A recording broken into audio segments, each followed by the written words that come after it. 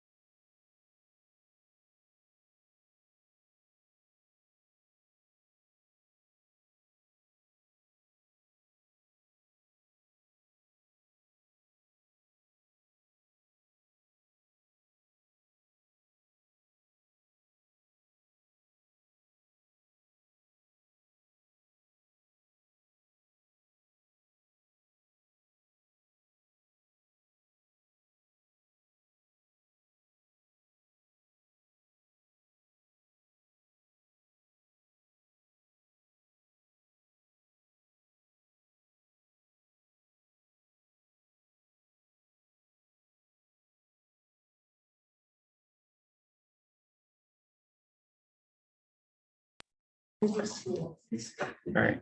Very interesting. It's supposed to be. Well, it's this camera, right? Yeah, I don't know why it's. That's all right. Hold on. Okay. Well, hello, everyone. Welcome to today's seminar. My name is Hussein, and it is my pleasure to introduce to you Carlos Sanchez. Carlos was awarded his bachelor's degree in the agricultural sciences and production at the Pan American School of Agriculture in Honduras, Central America. He was an intern at the University of Minnesota between the years of 2016 and 2017. While he is off school, he likes running and listening to music. Please welcome Carlos. Carlos, the floor is yours. Thank you, Hussein.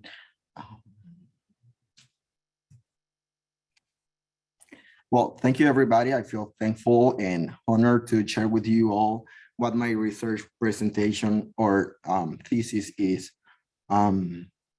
So to start off, I'll brief summarize what my research will be like. I'll be talking about, and is that farmers have a wide array of tools to manage their land and crops to improve the growth, development, and yield, such as crop rotation, drainage, tillage, crop residue, and cover crop management. Minnesota soybean growers often implement artificial drainage in their soils and fall tillage, or increasingly the addition of cover crops. Thus, this work aims to study the primary effects of a wide range of contemporary crop management scenarios to examine different conditions affecting soybean production, such as planting, harvesting, emergence, and vigor. As we fly over the green pattern of corn and soybean fields that blanket Minnesota, do you know that about half of Minnesota's land is currently dedicated to agriculture, and that out of nearly 26 million acres operated, corn and soybeans cover 60% of this land? In Minnesota, corn and soybean fields take up more space than all the water surfaces in the state. That's nearly 80,000 square miles of land and nearly 7,000 square miles of water surface. So to talk a little bit about soybeans, Glycine max, its scientific name, its domestication. The domestication of the plant of soybeans occurred 4,500 years ago in China. Until 2019, the United States produced the most soybeans in the world. And the north central states grow the majority of soybeans. There are 9 different soybean maturity groups grown in the United States. And these groups range from 0, which are grown in the northernmost states, including Minnesota and North Dakota, up to 9, which are the ones that are grown in the southern states, such as in Florida. Soybean maturity groups are latitudinal zones developed to define where a soybean genetic package best fits based on photoperiod and temperature, just for us to have a better understanding of what maturity groups in soybeans are. Soybean growth and development. The system of soybean growth stages is divided into vegetative and reproductive, which are V and R stages. The vegetative stages are numbered according to how many fully developed trifoliate leaves are present, and the reproductive stages begin at flowering and include pod development, seed development, and plant maturation. At each growth stage of soybeans, certain aspects of management must be considered. This is because various problems are associated with each stage and can interfere with the growth of at that specific stage. Problems include like adverse soil conditions, weeds, insects, and other diseases and other disorders. The early detection of diagnosis of soybean emergence problems is important for achieving high yields in the field. So early detection and diagnosis enables us to minimize yield losses by taking prompt corrective action, such as replanting if it's necessary. Conditions that can lead to delayed or uneven emergence include cold soil temperatures and excess soil moisture. Soybeans are used in a wide variety of foods for humans and animals, as well as industrial and consumer products such as building materials, lubricants, and other household items.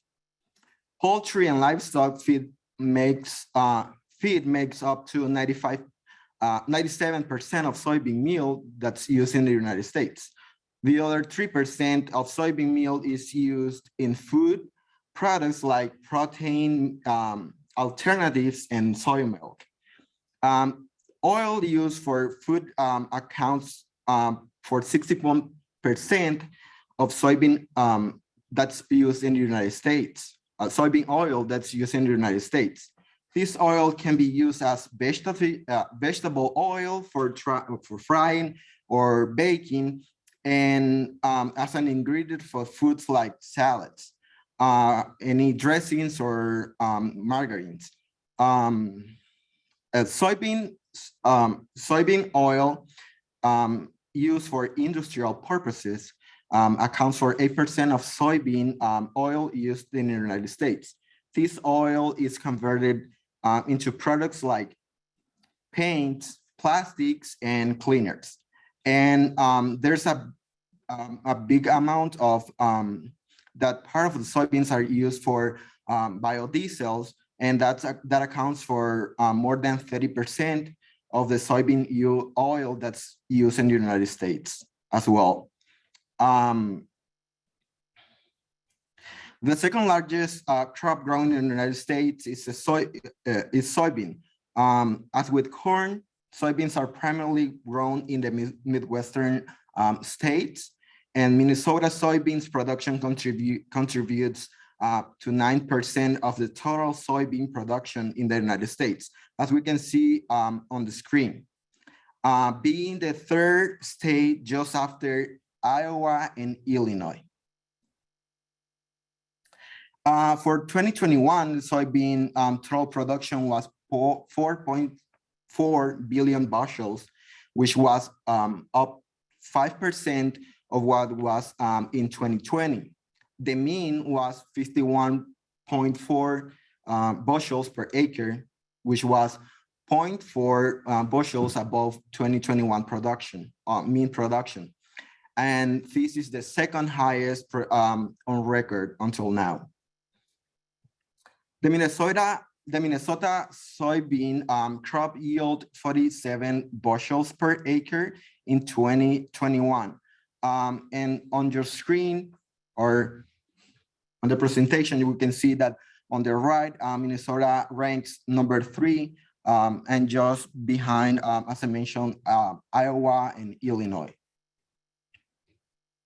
The global soy production has exploded over the past 50 years. Global production today is more than 13 times higher than it was in the early 1960s, for example. So even since the years 2000, production has more than doubled. Back in the 60s, we were producing 20 to 30 million tons per year, and as of now, we are producing 350 million tons of soybeans. We can increase agricultural production in 2 ways: by improving yields, which is growing more in a given plot area of land, or by expanding the amount of land that we use for its production. In the chart, we can see the soybean production across the world. Most of the world's soy comes from only 2 countries, the United States and Brazil. Combined, they account for more than 2/3 or 69% of global soy production. In fact, they produce almost exactly the same amount, and individually, they each account for around 1/3 of global production. The other major producer of soybeans is Argentina. Weather and climate play significant roles in driving both physical and ecological processes. For example, drought continues to impact the majority of crops in Minnesota, following difficult drought conditions and impacts the past and the very adverse impact during the last 2 years. Climate change is very likely to affect food security as the global, regional, and local level. The climate change can, of course, disrupt food availability because it will reduce access to food and affect food quality. For example, projected increases in temperature, changes in precipitation patterns, changes in extreme weather events, and reduction in water availability might all result in reduced agricultural productivity. Excessive rainfall, of course, can affect crop productivity in various ways, including direct physical damage, delayed planting and harvesting. And also it can restrict the root growing, oxygen deficiency, and nutrient loss. Factors affecting soybean germination and emergence begins with the seed. The germination of soybeans begin with the seed absorbing around 50% of its weight in water, followed by the development of the radicle, which is the primary root, and the emergence of the cotyledons, which are the seed level leaves. Moisture, temperature, oxygen, and soil conditions within the seed zone can affect soybean germination and emergence. Soil conditions such as soil crusting can delay or prevent seedling experience emergence and cause soybean hypocotyls to break when trying to push through the crust. And fields with fine texture soils and low organic matter and little surface residue are more vulnerable to crusting, especially when excessive tillage has been taking place in those fields. Early in the 1900s, producers were also observing yield declines in their fields after years of continuous tillage and cultivation. As the well-known America's Corn King, David Rankin, wrote a marvelous short book on this farming experience called Modern Agricultural Methods Compared with Primitive Methods by the Life History of a Plain Farmer. His recommendation to raise a good corn crop was to invert the soil, pulverize the soil by disking, and then cultivate the soil as soon as possible in that year. He then went on the advice of at least weekly cultivations and thereafter through the growing season. However, Mr. Rankin immediately followed it with this statement. Then when I raise 4, 5, or more crops, just as the land will stand, I sow my cornfield down to clover and timothy and begin to pasture and feed on the land 3 to 5 years and get good rich soil. By putting his cornfields to pasture for several years, Mr. Rankin wasn't only building back soil organic matter and creating soil aggregates. So as we all know, the importance of soil in the growing of our crops, it's a living ecosystem which provides water storage and filtration. increased soil organic matter, biological diversity above and below ground, and to sustain productivity. These functions emerge from the interplay of the physical, chemical, and biological attributes that the soil has, and also land cover and landscape management. High rates of soil erosion associated with soybean cultivation have been reduced in recent years through through methods that conserve soil, such as minimizing erosion with tillage.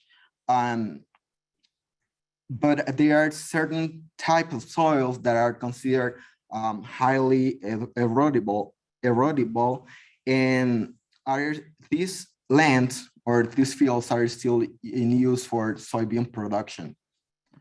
So because soy cultivation is highly mechanized, soil compaction is also a problem on many large soybean farms.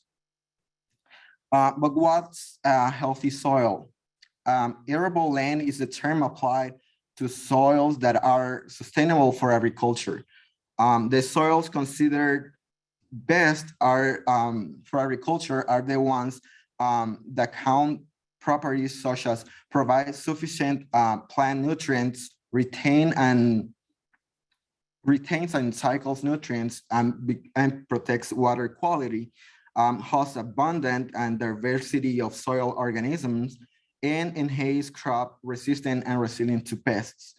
Also, it also requires, by having a healthy soil, we will have lower requirements in terms of inputs, just as fertilizers, to sustain or enhance our yields.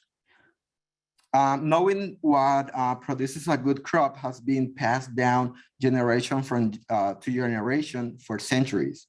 Farmers gained this knowledge the long and hard way, but experience through the trial and error. Before we dig into deeply, it's beneficial to ask why we till the soil. Most farmers and researchers will say that they are tilling the soil because of a good seed bed. However, this doesn't answer the question. It doesn't also place it in a historical perspective.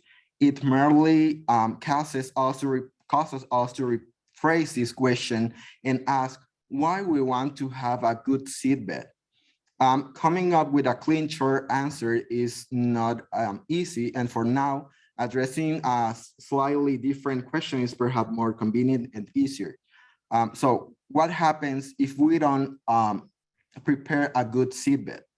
With competition is the historical answer for tilling the soil.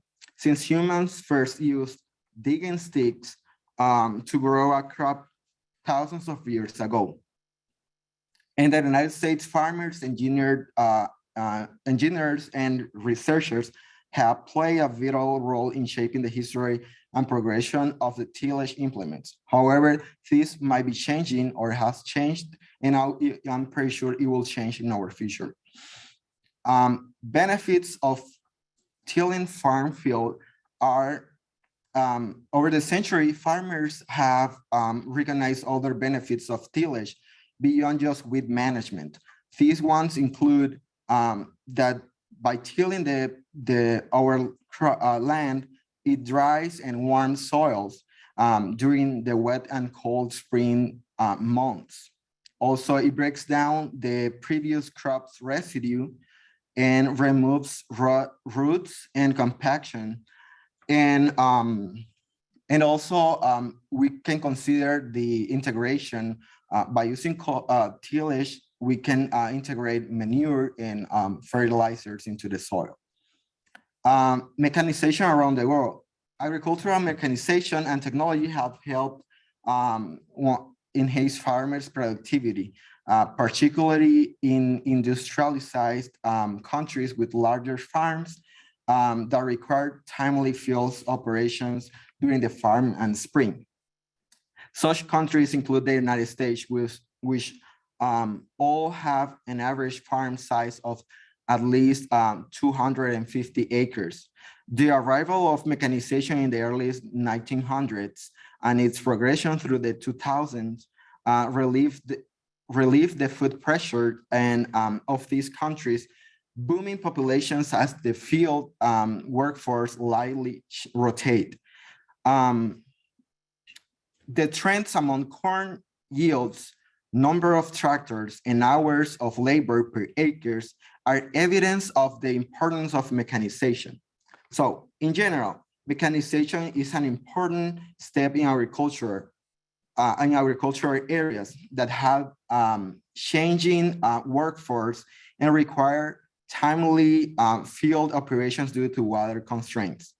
On the screen, we can see a report that I found on the literature that using mechanization can improve the amount or it can enhance or maintain the amount of yield that we can harvest from our crops.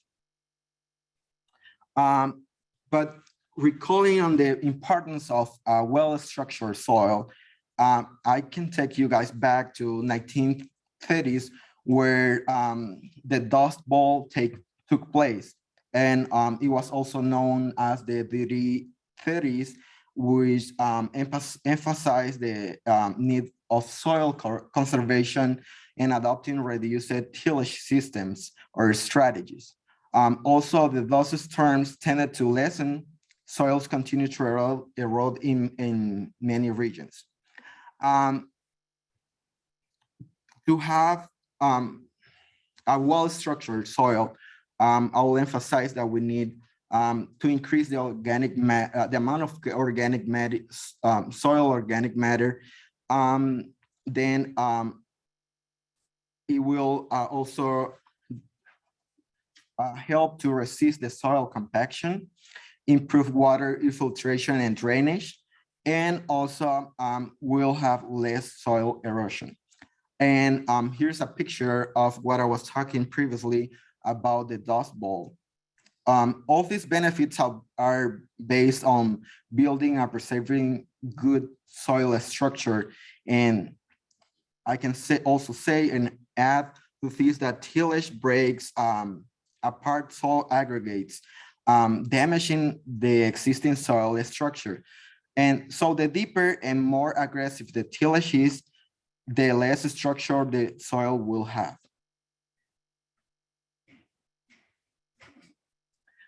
Managing crop residues. How can we improve yields by enhancing soil health? Producers still face the challenge of managing crop residues. Since the 1940s, advance in plant breeding, herbicides use, and technology has produced high yield crops that also that also leave large amounts of crop residues. This advance shift the use of tillage from a primary way to manage weeds, which I was talking previously, to what now primary way to manage crop residues. So whether to till the soil and how deeply aggressive it can be, it continues to be a vital and very debatable question to most producers. Cover crops improve soil by speeding infiltration, relieving compaction, and improving the structure by adding organic matter and by enhancing nutrient cycling. I will state the example of cereal rye. Using cereal rye in front of soybeans, for example, has some distinctive advantages that can benefit crop production and in the states such as Minnesota. One is that soybeans fix their own nitrogen, so any nitrogen tied up to the cereal rye starts to decompose. It will be less problematic for soybeans. What's the value of crop residue? Here I found an example of that in 2011, a research was conducted and they measured the amount of crop residue that was left in the field, and they measured the amount of nutrient this corn residue, for example, had when they were going to plant soybeans. So we can see for this example, I'll use corn, and we can see the nutrient content that corn residue has, and how valuable it can be. But if we focus just on nitrogen, which most of us are familiar with, we can see that it has a nutrient content of 0.54, and if we extrapolate that to pounds per ton, we'll have 11. And that means that the value of this nutrient in residue is approximately $7 per ton. But that was back in 2011. Now we know that these prices have insanely increased, and the game has changed. So by that time, the total value of nutrient, in this case in corn, it was of $21, almost $22. Now, as I mentioned before, this is the most recent average weekly retail prices of urea. It has insanely go up, and this is one of the reasons why we should consider to use also cover crops. So to introduce you all to my research specifically, I will be working, my research takes place in Walls, Minnesota, which is in the southern border to Iowa. We have a research site that's divided into 8 blocks. So to start explaining this, we use soybean and corn rotation crop. So every block out of the 8 is divided into half of soybeans and half of corn. And subsequently, the next year, it will be half corn and half soybean if we follow the same pattern. For this block design, I have 45 plots, which are 10 by 30 square feet. And I have 3 types of tillage. The 3 types of tillage that I'll be using will be conventional tillage, that is one of the most popular in the state of Minnesota, strip tillage, and no tillage. Aside, I'll be using 3 types or 3 variables of cover crop, which are standard cover crop that includes the use of corn residue in the field, no residue or no corn residue, and the use of the cover crop cereal rye.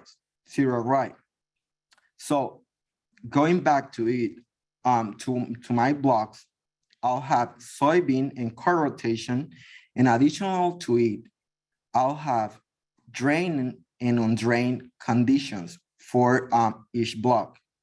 So let me explain it a little bit better. In 2011, the research side got the implementation of soil drainage. And when we are using this variable, basically at the very beginning of the season, we just established which blocks out of the 8 are gonna be used with drain conditions, and which ones are gonna be used under undrained conditions. So basically, we are just manipulating the water table that the crops are gonna be uptaking. Just to clarify, we are not manipulating or controlling this throughout the season. So since the very beginning of the season, we established the drainage conditions, and they go just throughout the season. But why do we do this? Well, artificial drainage is among the most widespread land improvement for agriculture. Drainage benefits crop production, but also promotes nutrient losses to water resources. Here, I outline how a system perspective for sustainable intensification of drainage can mitigate nutrient losses, increase fertilized nitrogen use efficiency, and reduce greenhouse gas emissions. There's an immediate opportunity to realize these benefits because agriculture intensification and climate change are increasing the extent and intensity of drainage systems. So on the left, we have a design of a poorly drained drainage in a corn system. And here it's what a good or a well-drained system looks like. Just to clarify, and it's important to remember, drainage reduces denitrification and soil organic matter stocks while increasing root depth, nitrate leaching, and microbial production of organic nitrogen. And the theory says that increasing the increase in nitrogen mineralization and rooting depth reduces nitrogen fertilizer requirements.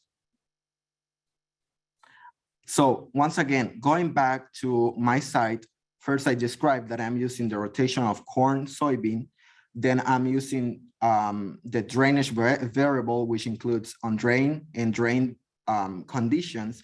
And additionally, I will use three tillage variables, which are conventional tillage, strip tillage, and no tillage. Conventional tillage includes the use of different implements on the field, and no tillage, of course, it doesn't generate any disturbance in the field other than just planting and or spraying if necessary. Here's a picture of our research site, and one of the blocks we're showing what a conventional tillage looks like in strip tillage.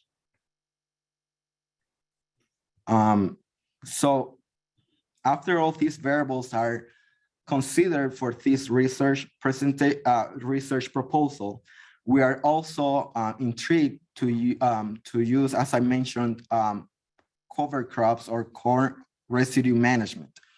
So we'll introduce three variables that are the standard, which is the use of corn residue, no use of any cover crop or any corn residue, and the use, of course, of corn of cereal rye as the cover crop. All of these, I have to mention that will be replicated 4 times, given that we have 8 blocks. So the first 4 blocks are gonna be the first and the second repetition, and third and fourth repetition will be the last 4 blocks. So just to summarize and kind of guide us through these all these variables or treatments, we have soybeans and corn rotation. I'll be particularly focusing on the use of soybean as a crop. And then we have the drainage conditions that will be drained and undrained. For each of them, will have conventional tillage, strip tillage, and no tillage. For conventional tillage, for example, we'll have cover crop, no residue or no corn residue, and corn residue left on the field. Same for the other 2 types of tillage. So what are my objectives for my research? First, I'll examine drainage, tillage, and residue management on spring soil conditions affecting planting, harvesting, emergence, and vigor by evaluating soil temperature and moisture profiles after the spring thaw through planting and throughout the growing season.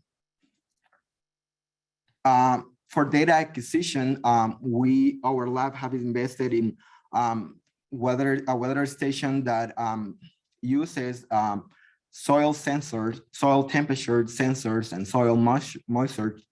And it's connected to the central station, and we can monitor basically daily or sometimes hourly what the temperature in the soil is. So this is gonna be one of the variables I'll be considering to read and to use for this specific objective.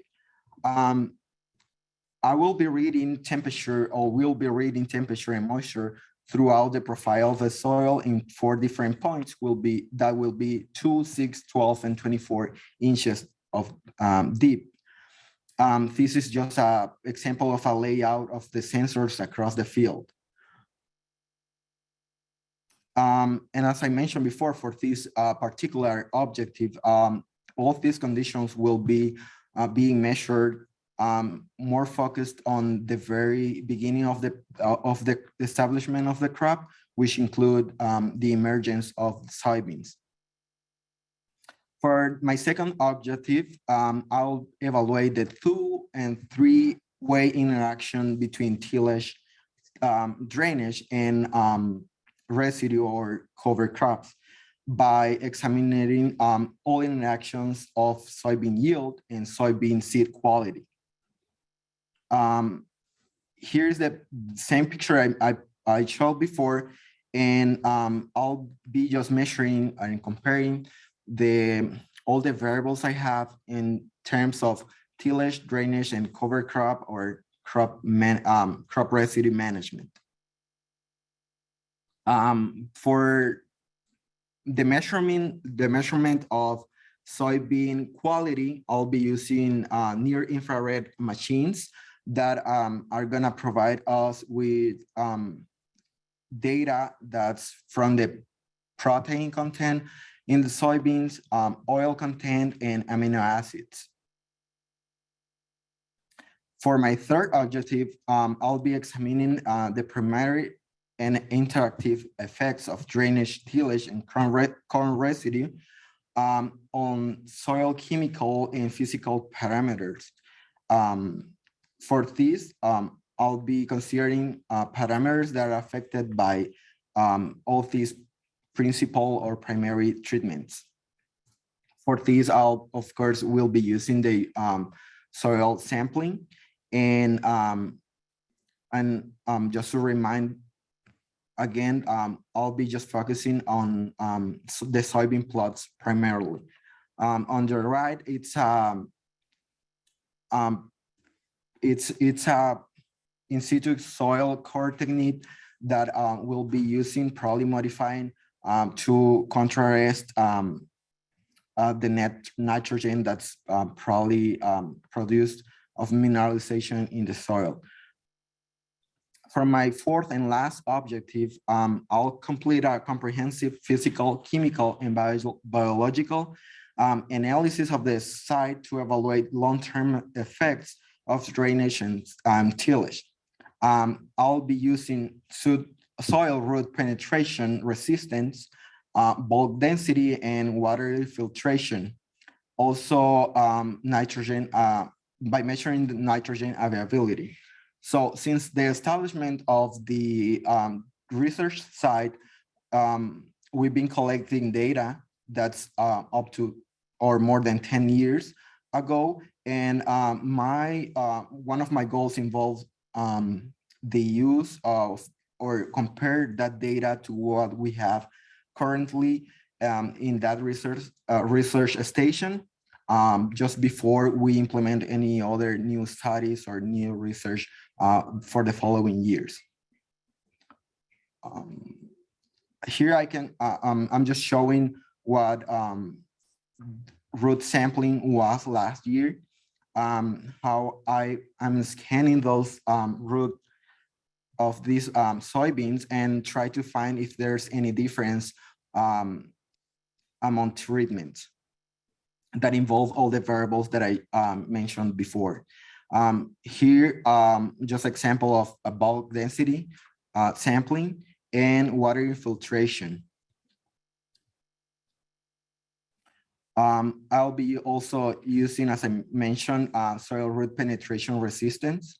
And for this particular variable, I'll be using 5 different variables that are basically within a plot. We have 4 rows. When the tractor is planting, it leaves some tracks, and we are going to measure if there's any compaction that's going to be significant, disturbing the soybeans between and on rows. So for this particular measurement, I'll be taking 5 types of measurements within that plot that will involve tracks or known tracks left on the field. So the tractor tracks are going to be placed, are basically on in between the first and the second row, and in between the third and the fourth row. So these numbers on the screen are related to what kind of measurement I'll be taking, and in between what rows or on what rows I'll be measuring this variable. I can also show you a little bit of the preliminary data that I obtained from last year. And I can report that soybeans last year had a weird yield data just because of the drop that we experienced last year. So this is an atypical scenario, and it's interesting, and at the same time it's interesting because we were not expecting this to happen. But given the natural resources we had, or given the natural conditions that were present last year, this is the kind of data that we obtained last year. So for soybean yield under undrained conditions, we can see that they are greater than soybeans under drained soil drained conditions. And under undrained conditions, we can specify that conventional tillage, it's greater than no tillage, and no tillage will be greater than strip tillage, just for us to have an idea of what this kind of data can look like. And as I can go back and say that this was something atypical last year, given the drought that the state experienced. Also, by measuring soybean quality, specifically for protein content, we can see that among the treatments, the mean of all of them, or individually, are slightly higher than the average protein content of the United States soybean, which was around 33.5%. Same thing for oil content within the drainage variable and the tillage variables. The average oil content for the United States soybeans was 20%, and we can see that on the data that I obtained was slightly higher than the average in the country. Here's one example of what the soybean root development measurement was last year. Visual difference, it's not shown in this example because it was barely seen, but I haven't run any statistical analysis, and that will be part of this next season, summer season. And those are that's one of the variables I want to also account on to see if there is any difference that can be significant for the growing of soybeans. So to summarize it again, I talked about crop rotation, drainage, tillage, crop residue, and crop cover management on soybeans. This particular research will be focused on all of these variables and scenarios that are commonly used in the state of Minnesota by farmers. So before I finish, I want to thank to my advisors, Dr. Seth Nave and Dr. Fabian Fernandez. Also to my lab team, Victor, Jill, Mitch, Aníbal, and to my colleagues, Maicon, Gabriel Payan, to the soil field crew, Thor Selly, and to many math students that helped me collecting data in the field and advising me.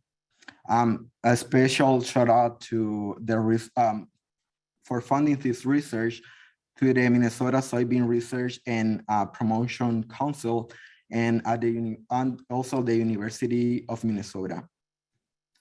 Thank you.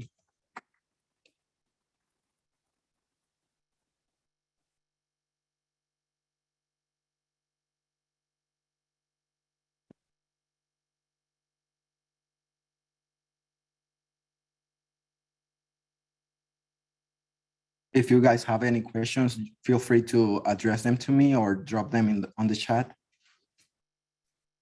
Questions, suggestions, comments? I have a question. Okay. So I'm assuming you'll be planting this trial at the same time. Is this applicable to the real world? Would a no-till farmer plant later than a conventional farmer because it takes longer for the soil to warm up? Yes. So we are mimicking all the.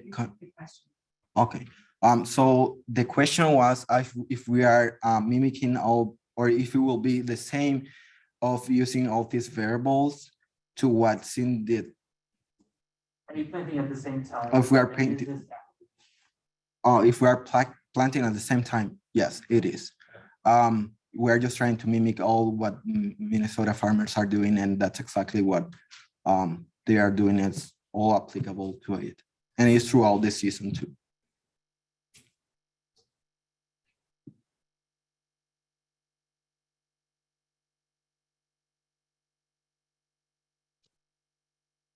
Question. Yes. So I'm curious why you chose cereal rye.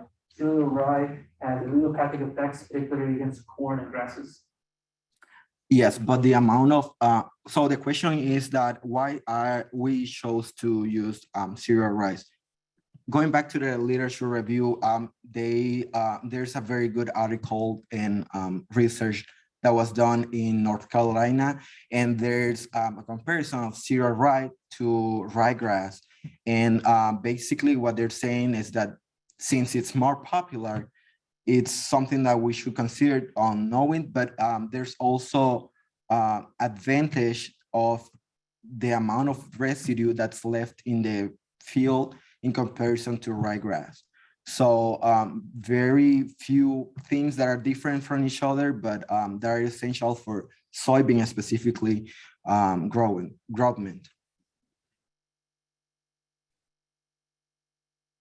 Can you go back to the slide with your preliminary data? Yes. We had your bar plots.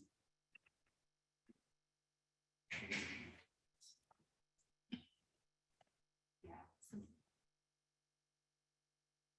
So this is from last year, right? Yeah, that's from last year. So I guess maybe I wasn't quite paying attention. Do we expect drained or undrained to have a better effect on yield and emergence, or is that like what you're trying to figure out?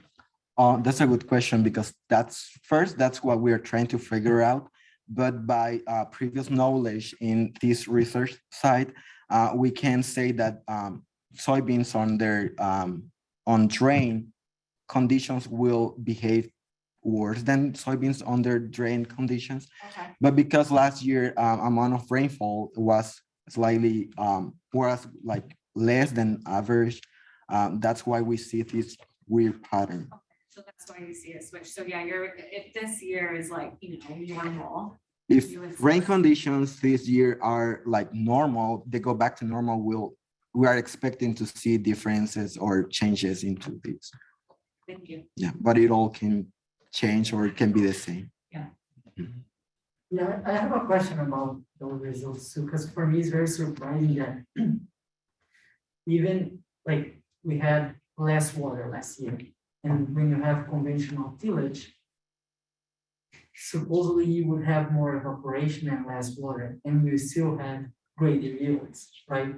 So how could you, do you have an idea of why, for example, in the corn, you had higher yields with conventional tillage and drainage? For example, Drain conditions. yeah, So the question is why we have high yield in corn specifically under conventional tillage variable and drain conditions, right? yes. To be honest, I'm not sure about the question because it's addressed specifically to corn, and that's not something that I'm covering. I can think of that on top of my head as of right now. I might have guesses, but I don't want to be just guessing. I have a question. Yes. Would you mind explaining how the soil penetration device works and what do the data out of it say? Okay. The question is addressed to soil root penetration resistance and explain a little bit better about how it works and what can I do with the data that I obtain. So I use this device, and that's a penetrometer. Basically, I'm just measuring the amount of or the pressure of compaction that the soil has after the tractor has gone on top of the or after planting. It basically just measures that resistance, and it will mimic what the plant will or the seed will have to go through after emergence, and that will determine like how hard that seed has to go through, and that's one of the parameters I'll be evaluating. So with this data, I'll probably be able to tell if the plant is being stressed because of soil compaction at emergence or not. What would the number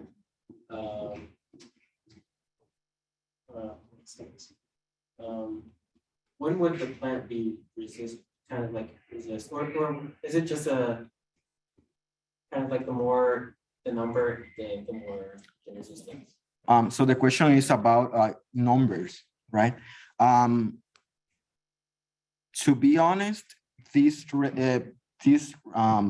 by reading this data, I will be correlating it to the probably amount of soybeans that emerged, and I will be saying probably like how if the soil conditions are compact and this plant like resisted to it, I'll try to like get some information out of it and try to relate it if there's any like correlation regarding compaction and emergence.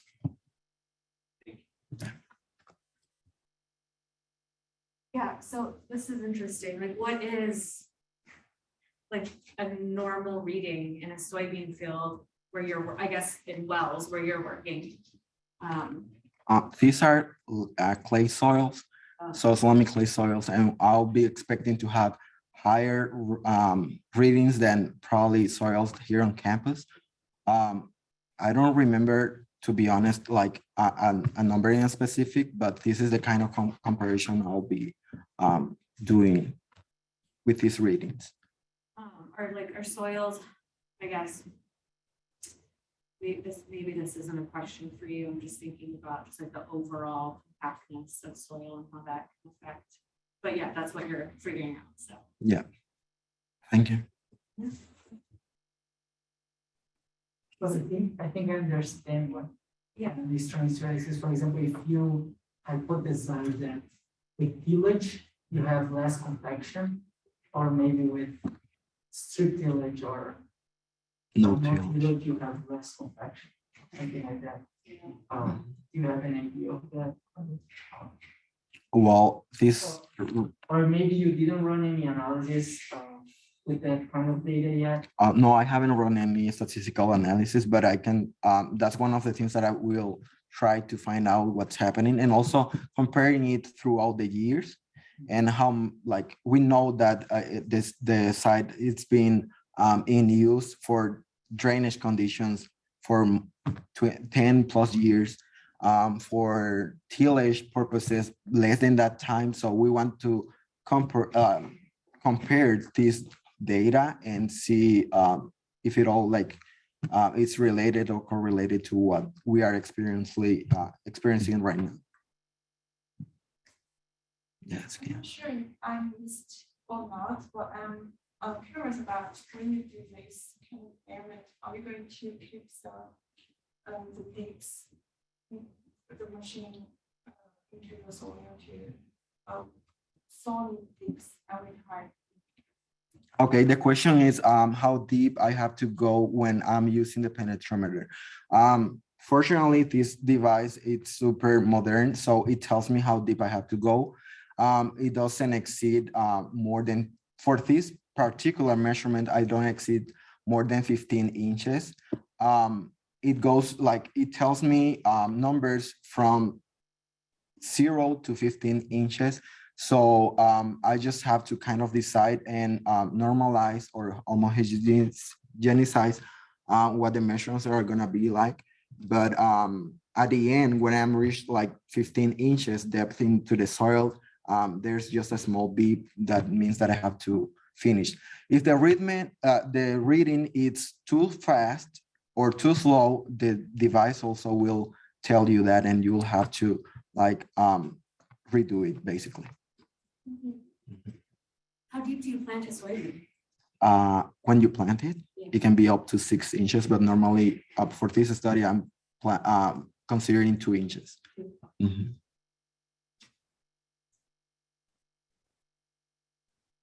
Any questions online? Yeah, any online chats? Mhm. Okay. Should I end it? All right, thank you everyone who's online, and thank you for assisting to this presentation.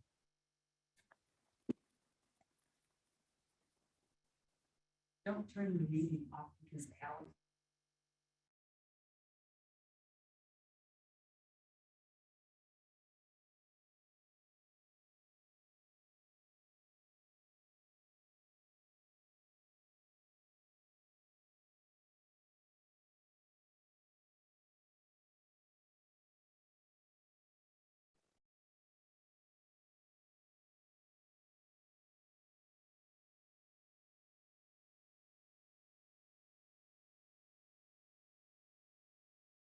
Hey, I'm here.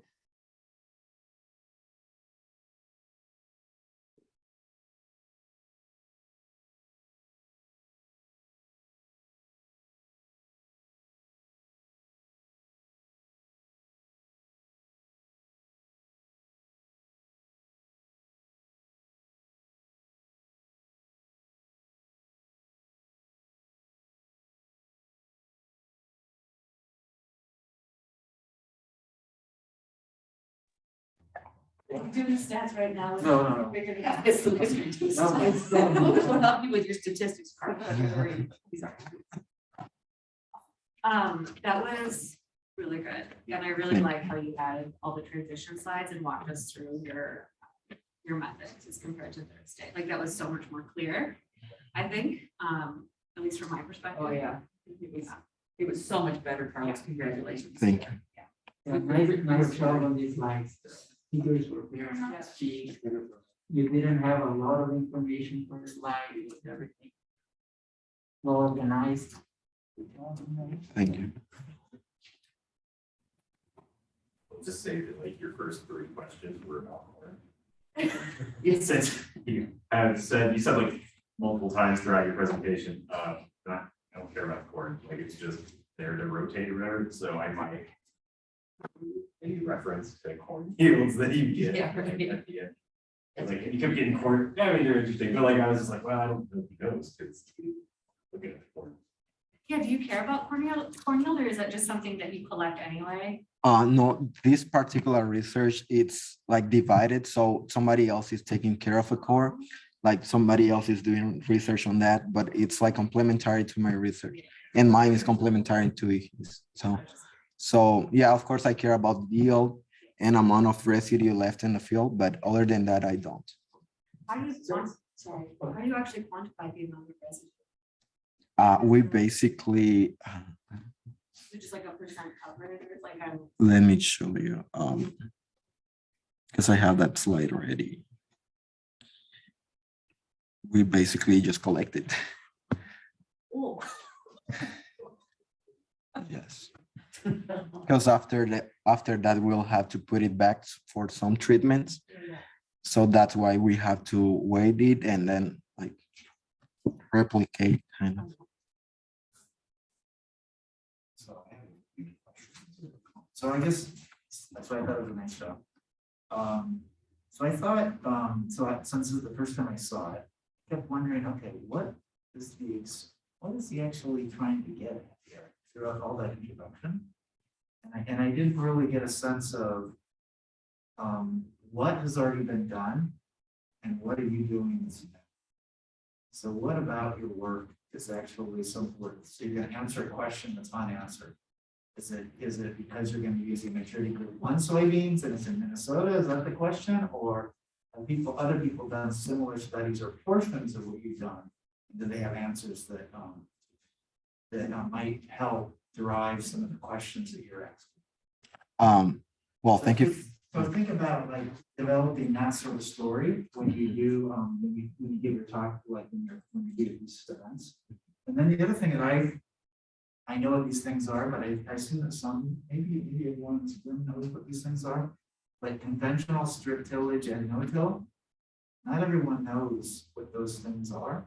And so you might describe, these are the sorts of things, and this is what's known about those particular tillage systems and how they impact yield, weed control, and all these other things that you were kind of alluding to.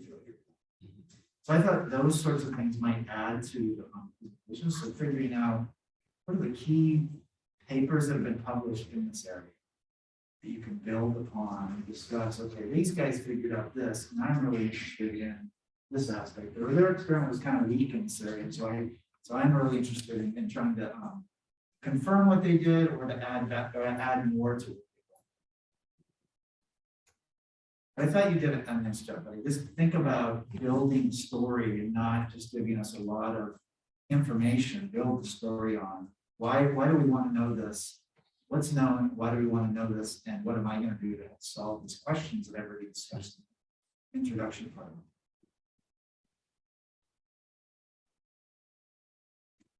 Yeah, but even a storyboard, I kind of think it that way, where you have a picture of a soybean plant and you have its roots going down into the soil, and you had a nice, that really nice soybean growth, you go from B something or other to R something or other.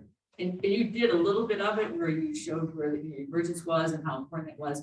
Maybe going back to that to kind of emphasize where we are, like emergence is important and root development is important. The penetrometer, to see what emergence is going to look like, things like that. And just think about building a story at the start, a little more so we get to the actual, okay, here's the objectives of my work. Or you might even think about putting the objectives first and then give them, my objective of my thesis is to do these various things, and then talk about some of the background in these areas, and then come back to the objectives when you talk about how. The other thing is, I was going to ask a question similar to what Lucas asked. So you are, so you want to do real world stuff, right? Yeah. And so you're using a plot planter, right? Exactly. Which I assume is much lighter than a standard planter that a farmer would.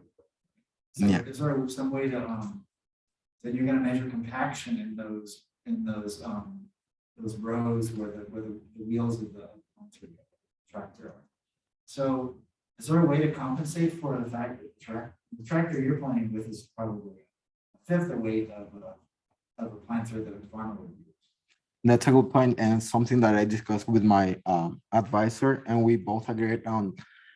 It won't mimic exactly what we have like normally in the field, but also like the amount of time that this planter will spend on planting a plot will kind of compensate to what a farmer does, because of for research, we are going to spend like more time planting just a single plot than a normal farmer will do, in the extended field. So something that we can't we can account on, but unfortunately, or given their circumstances, we can't mimic it better than we already are doing. I think that's a really good point. Do you know how fast the planter is going for your studies versus what's typical? It all depends on the plant population, and it slows down when it has conventional tillage and it has corn residue. So it all depends, and by experience, our planter is always in after every single plot we have problems. So there's no way we can manipulate that and say oh, we are going 10 miles per hour. You're planting how many plots in every plot? there's a Also, problem? this is You guys Can I have ask that a page, you question? got like weeds and Tillage with the plant, is that the one you guys use? Yeah. Alex, do you have a question? The one that. yeah, I have a follow-up to that for the soy people. How Alex. uniform would it even be farm to farm? How much compaction there is? Isn't there variation? This is a genuine question for the soy people. Isn't there going to be a lot of variation farm to farm in how many passes the machinery does? Or is it pretty standard across farms? I think that I couldn't listen very well the question, Alex. Can you repeat it? Oh, sorry. Sorry, is that better? Mhm.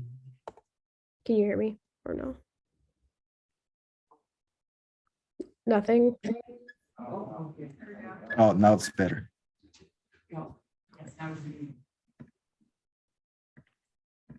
How about now? Yeah. Sorry, I think it was an issue with my computer. Oh, now you're green. Wow, this is a lot for a question that might not even be that interesting. I just asked how much variation is there farm to farm and how much compaction there is, or how many passes the machinery does over a given area. I will be answering that question just by saying that of course, if there's any tillage involved, it implies more passes on the field, and as a result, we'll have more compaction than not having any tillage done. And then it involves cost and all that stuff that farmers are considering. But just to answer that question, I'll say that of course I'm expecting more compaction on treatments that involve conventional or strip tillage. Yeah. Sorry, Alex. Well, I was gonna ask you a follow-up question, because I just realized the way that you have so you have 8 blocks, 4 are drained and 4 are undrained, and then you have each plot is either half corn or half beans. And then you have tillage intermixed in that. And so all the conventional tillage isn't lined up down the ground, from plot 1 to plot 4. So you're aren't you I'm gonna find a draw a picture. If you have conventional tillage, and then the next plot down the row is no till, isn't the tractor going to keep going? That's a good question. I can answer it by using this Yes, you can. design.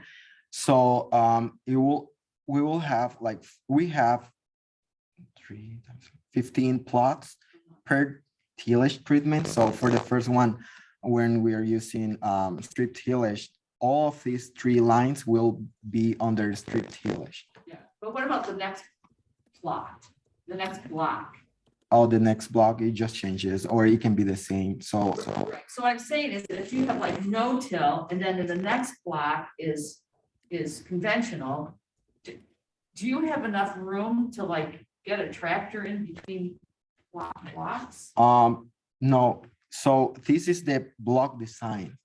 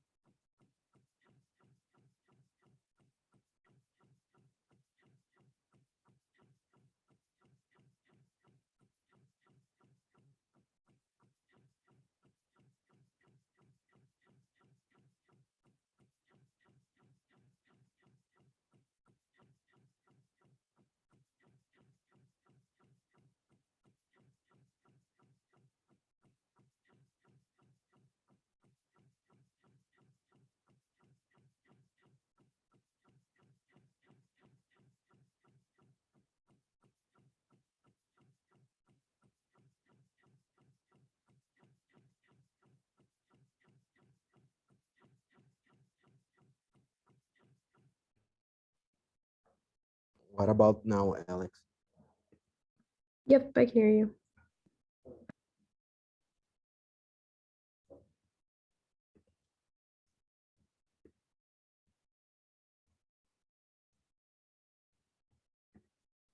No.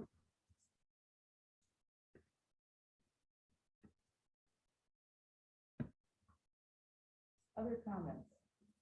Slides, presentation? Now I can hear somebody. I just have a comment and then one quick question. Can you go back to that previous slide that had the plot, but then the one after the design? Yeah. This one? And this, I really appreciate you adding the map. Tell us where wells in this area. And then if you could go back to the original design, like the plots, the black plots. Oh. Yeah, I was just wondering if you have an approximate number of how many plants are there in one plot? In one plot? I know the population, but per plot, I don't recall it very well. And that's one of the factors or variables I also take into account, 10 counts and plant heights.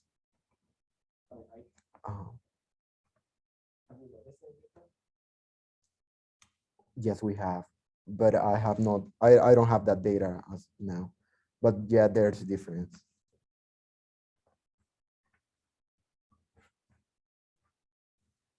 You can get into how you subsample your 4 rows. You did that one in the pentameter, but like when you do emergence, like you just throw a square meter out and look at it. I mean, how you can't possibly take emergence on all of that. Emergence.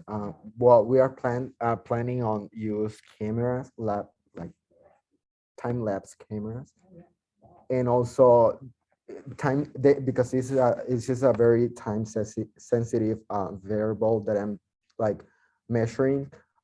During the first weeks, I make sure to go there not daily, but every other day and at least 2 times a week, so I can have like an estimate of when each plot has emerged. And yeah, we take notes on that.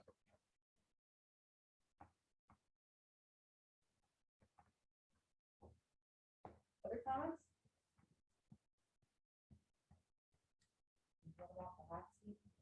Because we sure didn't last Thursday, we were like size 30. Really nice job, Carlos. Congratulations. Thank you. Other group is up next.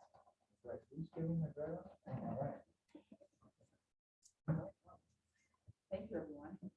And maybe by next week, we'll wear down jackets.